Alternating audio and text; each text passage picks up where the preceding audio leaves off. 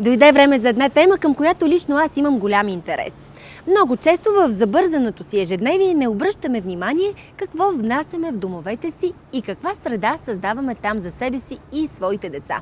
А статистиките сочат, че въздухът в едно затворено помещение може да бъде 50% по-токсичен от този на открито. Предстои да ви срещнем с една майка, която извървяла дълъг път в търсене на причините за проблемите с дишането, запушения нос и бронхиолитите на сина си. Когато лекарите не установяват причината за проблема, тя решава да действа радикално и сменя изцяло дома си, както и материалите, които използва при ремонта и обзавеждането на новото си жилище. Вижте историята на архитект Росица Петрова. Здравейте! Заповядайте в моя дом. Казвам се Росица и ще ви разкажа как преди 11 години направих това жилище с напълно естествени материали. Но първо, аз съм архитект и в първите години от работата си помагах на клиентите ми да създадат жилището, за което са мечтали, но майчинството коренно промени начина, по който гледам на мебелите, материалите и продуктите, които влагаме в дома си. При оглеждането на сина ми се сблъсках с много здравословни проблеми. При него имаше алергични реакции, дишаше лошо, имаше бронхиолити почти всяка седмица, на ръба на пневмония няколко пъти. И в четенето на статии, в търсенето на информация каква може да е причината, стигнах до информация, която ми даде да разбера, че всичко, което внасяме в дома си, излъчва вредни газове, токсични газове, наричат се летливи органични съединения и се намират в боята, ПДЧ, МДФ, шперплат, материалите, от които всичко около нас в домовете не е изработено, в подовите настилки, мокетите. В този дом използвах само естествени материали. Подът е от естествен паркет. Всички мебели направихме сами с бащата на сина ми. Използвахме дървени плоскости от масивно дърво, които обработихме не с дърво или лак, в които се съдържа олово, съдържат се летливи органични съединения, които се изпаряват с годините и ние дишаме, а обработихме с естествени масла на основата на ленено масло, на пчелен восък. Стените не направихме с мазилка гипсова или друга декоративна, а оставихме на вар и боядисахме само с вар. За диван направихме нещо също сами, използвайки отново само масивно дърво. Възглавниците, тази засядане, облягане и декоративните са пълни с естествена вълна, чиста вълна. Няма синтетика, няма полиуретанова пяна. Отново защото те са синтетични продукти на основата на петрол и с годините излъчват множество емисии, които ние дишаме ежедневно. За тавана също е мазилка. В кухнята също шкафовете направихме сами от дърво, а за плот използвахме естествен камък. Грешката, която всяка бременна жена прави, без изключение дали това е първа или поредна бременност, е да направи ремонт. За мен това не беше също чуждо. Аз също направих ремонт при моята бременност. Исках да подготвя дома си за новороденото си дете, исках да го направя възможно най-уютен, възможно най-лъскав и комфортен.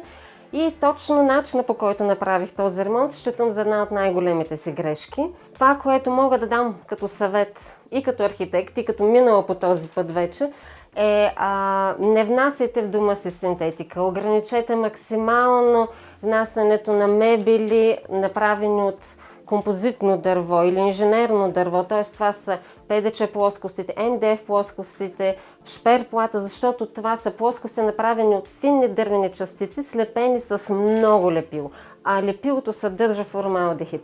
Формалдехидът се излъчва с годините и ние го дишаме.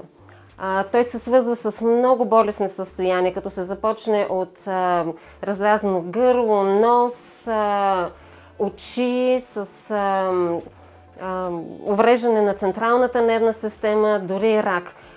Националната асоциация, Международната асоциация за изследване на рака дори е класифицирала формалдехида като канцерогенен за хората. Второ, когато купувате мебели или когато сами боядисвате мебели или стени в дома си, не купувайте стандартните латекс и бои, а търсете такива, при които изрично е обозначено, че са с нулево или много ниско съдържание на летливи органични съединения. Търсете и такива, в които със сигурност е избегнато оловото, защото то от 2009 година е отбелязано и наложено като лимит какви количества максимално трябва да се съдържат, но те все още не се спазват от много производители и не от всички държави. Това е европейско законодателство, но ако купите боя или мебел, направена в Китай, например, там няма такива ограничения. Не използвайте матраци, не купувайте матраци за децата си или възглавници или дивани, които са с пълнеж от полиуретанова пяна или мемори пяна. Това са петролни продукти и с годините те се разпадат. Един полиуретанов матрак загубва по 50% от теглото си при 10 години употреба. Всичко това се разпада във въздуха, в който ние дишаме. Ние прекарваме 1/3 от живота си спейки върху тези матраци. Същото важи и за диваните, в които са използвани, и за възглавниците, декоративни или за спане, няма значение. Когато купувате паркет, бъдете сигурни, че си взимате масивен, дори дюшеме, изберете най-евтиният вариант, но не купувайте ламинат, защото той е направен отново от композитно дърво, т.е. от ПДЧ или МДФ, и отново излъчва много токсични химикали. И при полагането му много често се използва лепило, а лепилото съдържа формалдехид, така че не го лепете, а само го заковете. При предишната ни среща ви разказах за дневната и нещата, които направих там, за да бъде домът ми възможно най-чист и въздуха възможно най-здравословен за отглеждане на сина ми в този дом. Сега ще ви покажа какво направих в детската стая, мястото, където той прекарва най-много време и най-вече където е леглото му и спи.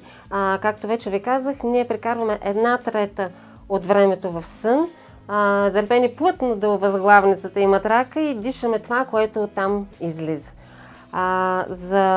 Под отново е масивен паркет, стените отново са с варовна мазилка, боядисани само с вар. Всички мебели направихме с баща му от масивно дърво, но най-важното и това, което беше най-трудно да намеря, беше матрак, чист матрак, в който няма вложени синтетичен латекс или други петролни продукти, като полиуретанова пяна, мемори пяна. И това, което намерихме и това, което успя да удовлетвори изискванията ни, беше единствено вълната. Матракът е пълен с вълна, протекторът за леглото е също от 100% вълнен плат, а завивката е пълна също с вълнена вата. Възглавницата му също е направена с пълнеж от вълна. И това е материята, която няма нужда да бъде обработена против акари или да бъде обработена против мухъл, както другите матраци стандартно са обработвани. Вълната е естествено антиакарна, не се развива от мухъл, тя е терморегулираща и дава най-добрата среда и най-добрият комфорт за тялото на човека по време на сън.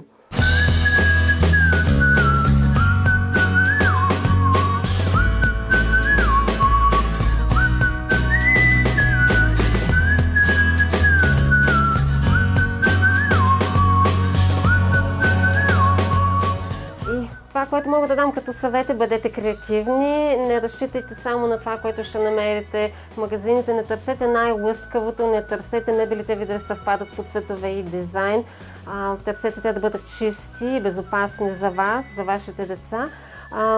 Може да ги направите сами, поръчайте ги на малки ателиета, които ще ви ги направят на ръка и ще вложат всичко от себе си, ще може да зададете какви материали да използват и така ще направите хем красив дома си, хем чист и безопасен, хем ще подкрепите и малък бизнес, семейство, което се издържа или творец, който се издържа само от това, че създава нещо с ръцете си.